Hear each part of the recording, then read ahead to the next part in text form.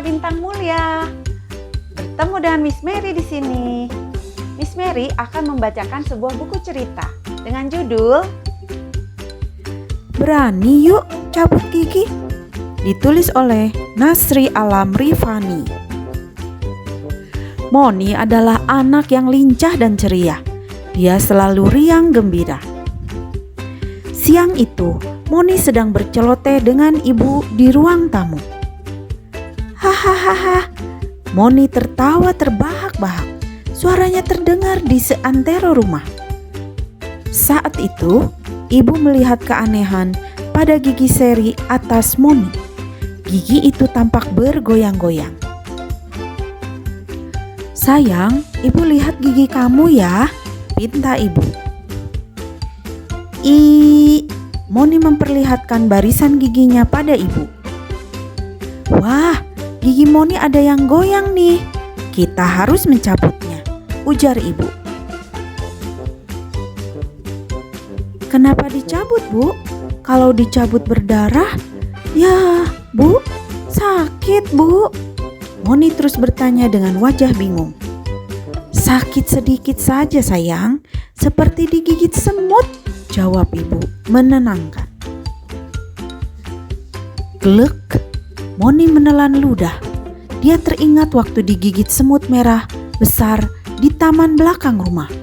Semut itu menggigit kelingking kakinya saat Moni sedang bermain. Moni langsung lari terbirit-birit sambil menangis dan berteriak kencang. Sakit! Pada waktu itu, kaki Moni bengkak cukup besar. Moni menggeleng-gelengkan kepala saat mengingat kejadian itu. Bu, Moni gak mau cabut gigi, seru Moni. Ibu terlihat bingung. Loh, kenapa sayang?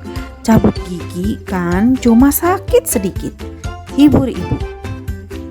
Wah, Moni mulai menangis. Gak mau Bu, Moni gak mau cabut gigi. Gak mau Bu. Wah, tangis Moni makin kencang. Moni tenang dulu nak, cabut giginya gak sekarang. Nanti gigi Moni diperiksa sama dokter gigi dulu, jelas ibu. Ayah dan ibu terus membujuk Moni untuk mencabut giginya. Mereka menjelaskan bahwa gigi yang tidak dicabut akan menyebabkan gusi bengkak, meradang, dan bau mulut. Selain itu, susunan gigi Moni juga akan tumpang tindih. Namun, Moni tidak mau mendengar penjelasan ayah dan ibu. Pada suatu malam, tiba-tiba terdengar suara rintihan. Aduh, sakit. Suara Moni terdengar pilu. Moni menarik selimut untuk menutupi badannya hingga ke pundak. Tangannya terus memegang pipi. Lalu terdengar suara ketukan pintu. Perlahan pintu terbuka. Suara mengadu Moni langsung berhenti. Moni sudah tidur sayang? Tanya ibu. Moni terdiam, tidak menjawab. Ah, rupanya anak ibu sudah tidur, kata ibu. Ia kemudian mencium kening Moni dengan lembut dan keluar dari kamar Moni. Moni memang sudah tidur di kamarnya sendiri sejak berumur 2 tahun. Sesaat setelah ibu keluar, suara kesakitan itu terdengar lagi. Pagi itu sebelum subuh, ibu sudah bangun. Ibu lalu ke kamar Moni untuk memeriksa keadaannya. Oh, panas sekali, seru ibu. Ternyata Moni demam. Ibu pun segera mengambil air hangat untuk mengompres Moni. Ibu juga membangunkan ayah. Sayang, bagian mana yang sakit? Tanya ibu khawatir. Sakit Bu, Moni menunjuk giginya pelan. Oh lala, rupanya gusi Moni infeksi.